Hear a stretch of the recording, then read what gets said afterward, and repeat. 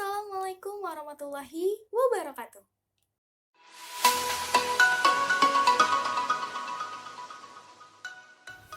Halo teman-teman, kembali lagi di channel aku, Atika Liani. Di video kali ini, aku mau menjawab pertanyaan-pertanyaan dari dosen aku, Pariga Palevi, untuk pemenuhan ujian tengah semester dalam mata kuliah Terjemah Bahasa Arab 4. Tapi sebelum ke videonya, teman-teman pastikan dulu sudah like dan subscribe ya. Tonton terus videonya hingga akhir. Langsung saja kita mulai ke videonya sekarang. Pertanyaan pertama. Jelaskan konsep terjemah dan sebutkan makna-makna yang terkandung dalam setiap bahasa. Konsep-konsep terjemah. Yang pertama, penerjemahan harus sesuai dengan konteks bahasa sumber dan konteks bahasa sasaran. Yang kedua, penerjemahan harus sesuai dengan gaya bahasa sumber dan gaya bahasa sasaran. Dan selanjutnya yang ketiga, penerjemahan harus sesuai dengan ciri khas bahasa sumber dan ciri khas bahasa sasaran. Lanjut, makna-makna yang terkandung dalam bahasa. Ada 5, makna leksikal, makna gramatikal, makna kontekstual dan situasional, makna tekstual, serta makna sosiokultural. Makna leksikal merupakan makna unsur-unsur bahasa sebagai lambang atau peristiwa dan lain sebagainya. Makna gramatikal merupakan hubungan antar unsur-unsur bahasa dalam satuan yang lebih besar, misalnya hubungan suatu kata dalam frasa atau klausa. Makna kontekstual dan situasional merupakan hubungan antara ujaran dan situasi di mana ujaran itu dipakai. Dengan kata lain, makna konteks ialah makna suatu kata yang dikaitkan dengan situasi pengguna bahasa. Lanjut, makna tekstual berkaitan dengan isi suatu teks atau wacana. Perbedaan jenis teks dapat menimbulkan makna suatu kata menjadi berbeda. Dan yang terakhir ada makna sosiokultural, makna yang erat kaitannya dengan sosiobudaya pemakai bahasa. Pertanyaan kedua, sebutkan dan jelaskan aspek-aspek bahasa. Aspek-aspek bahasa. Ada semantik, morfologi, dan sintaksis. Semantik erat kaitannya dengan sosiologi, antropologi, filsafat, dan psikologi.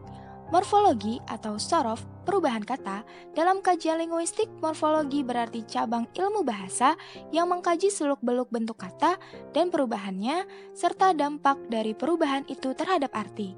Sintaksis adalah mengkaji struktur frase dan kalimat. Lanjut pertanyaan ketiga. Jelaskan unsur-unsur terjemah, proses menerjemah, dan urgensitas terjemah dalam ekonomi Islam. Unsur-unsur terjemah. Bahasa sumber. Menggunakan bahasa pengarang aslinya, adanya istilah yang sesuai dengan ilmu yang dibahas, serta penerjemah harus mempunyai kapabilitas pengetahuan terhadap buku sains yang diterjemahkannya. Bahasa sasaran. Bahasa sasaran yaitu bahasa terjemahan tempat pesan gagasan itu tertuang, istilah-istilah yang diterjemahkan sesuai dengan maknanya, penerjemah harus menguasai bahasa sasaran. Pesan.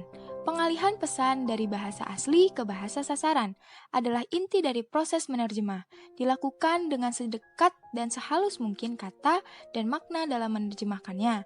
Adanya analisa teks agar mencegah kesalahan menerjemah. Padanan.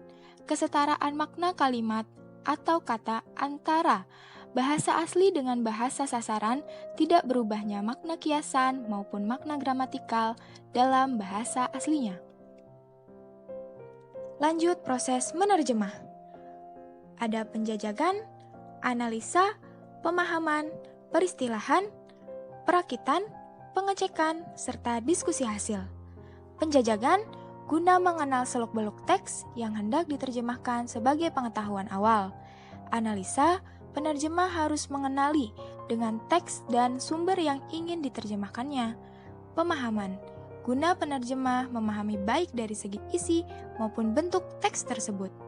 Peristilahan, guna memperhatikan dan mempertimbangkan kata-kata dan frasa agar tidak ada kesalahpahaman. Perakitan, setelah melakukan proses yang di atas, maka akan masuk ke proses perakitan ini. Lanjut ke pengecekan. Penerjemah harus mengecek guna tidak ada kesalahan-kesalahan dalam menerjemah. Dan yang terakhir, diskusi hasil. Hasil menerjemah harus didiskusikan guna memperkokoh sisi kekuatan dan menutupi sisi kelemahannya. Urgensitas terjemah dalam ekonomi Islam. Menguasai terjemah bahasa Arab merupakan hal penting bagi mahasiswa perbankan syariah. Sebagaimana pepatah Arab mengatakan, Al-lugha miftahul ulum. Bahasa adalah kunci untuk mendapatkan segala ilmu, dan perbankan syariah termasuk di dalamnya. Syarat untuk menguasai perbankan syariah adalah harus memahami segala landasan, prinsip, dan desainnya yang sesuai syariah. Penguasaan terjemah bahasa Arab sangat diperlukan untuk menggali sumber-sumber utama hukum Islam, landasan, prinsip, dan implementasinya. Sehingga terjemah bahasa Arab adalah jalan untuk mencapai syarat tersebut.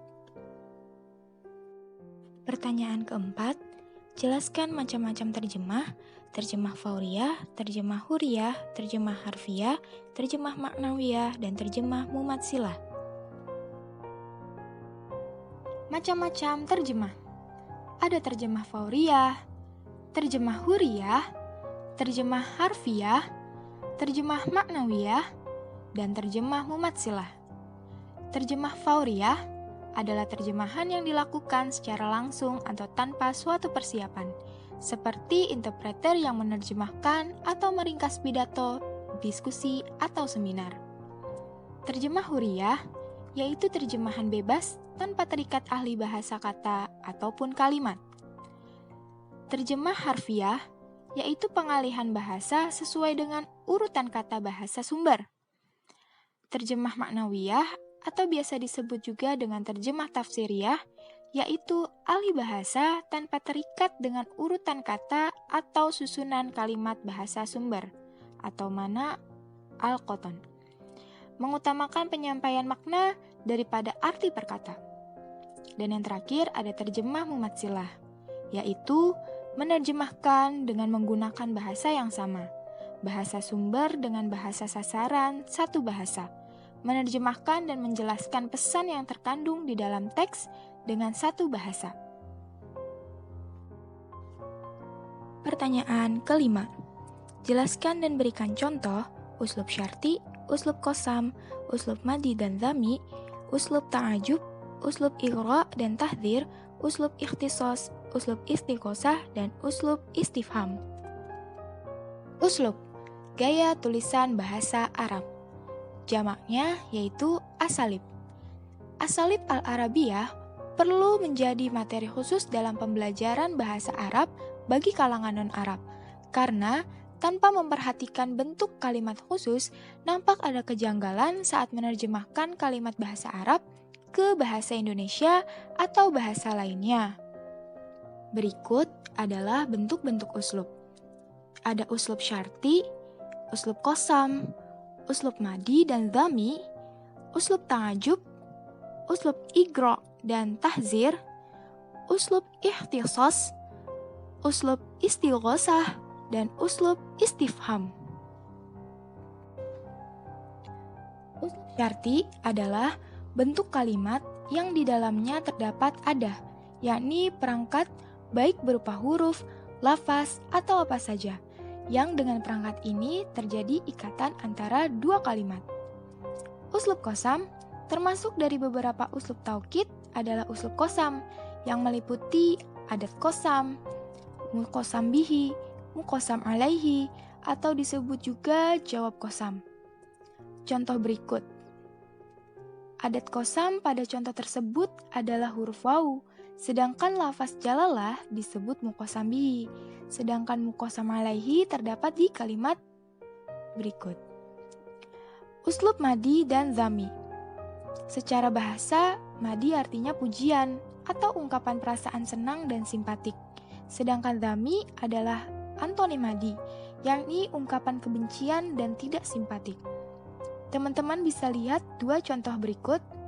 Untuk contoh yang pertama adalah ungkapan perasaan senang, pujian, dan apresiatif kepada orang-orang yang berlaku adil.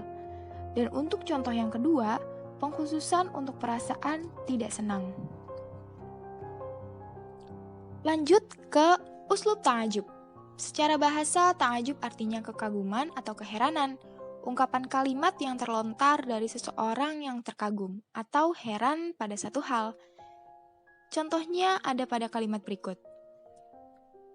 Langsung ke uslub iqra dan tahdzir. Iqra adalah perintah atau anjuran untuk melakukan pekerjaan terpuji, sedangkan tahdzir adalah perintah atau peringatan untuk tidak melakukan pekerjaan tercela. Jadi, uslub iqra adalah pola pembentukan kalimat atau gaya bahasa yang dipakai untuk penganjuran atau harapan melakukan perbuatan terpuji. Sedangkan uslub tahdzir adalah pola pembentukan kalimat peringatan agar tidak melakukan perbuatan tercela. Nah, berikut ini ada contoh ungkapan iqra dan contoh ungkapan tahdzir. Urusan atau hal terpuji yang dianjurkan disebut mughran bihi, sedangkan hal tercela yang diperingatkan disebut muhadaron minhu. Kita lanjut ke uslub ikhtisas. Uslub ikhtisas adalah uslub yang isim zohirnya disebutkan setelah domir mutakalim. Untuk menjelaskan dan mempertegas maksud pembicaraan, teman-teman bisa lihat contoh kalimat berikut. Isim zohir yang menjelaskan maksud dalam isim domir dengan muhtasu. Selanjutnya ada uslub istighosah. Secara bahasa, istighosah adalah bentuk masdar dari fi'il, yang artinya meminta pertolongan atau bantuan. Jadi, uslub istighosah adalah bentukan kalimat yang biasanya dipakai orang Arab untuk meminta bantuan atau pertolongan. Nah, contohnya ada pada berikut. Lanjut, dan terakhir ada uslub istifham. Uslub istifham adalah bentuk atau pola kalimat interrogatif, yakni satu bentuk kalimat untuk menanyakan sesuatu atau segala hal yang berkaitan dengan sesuatu tersebut. Ada beberapa perangkat untuk pembentukan uslub ini dan disebut perangkat interrogatif. Alhamdulillah semua pertanyaan yang sudah saya jawab. Terima kasih untuk teman-teman semua yang sudah mau menyaksikan hingga akhir. Dan jangan lupa untuk share sebanyak-banyaknya video ini ke teman-teman kalian yang lainnya. Dan mohon maaf jika saya ada salah-salah kata. Semoga ilmu ini bermanfaat. Wassalamualaikum warahmatullahi wabarakatuh.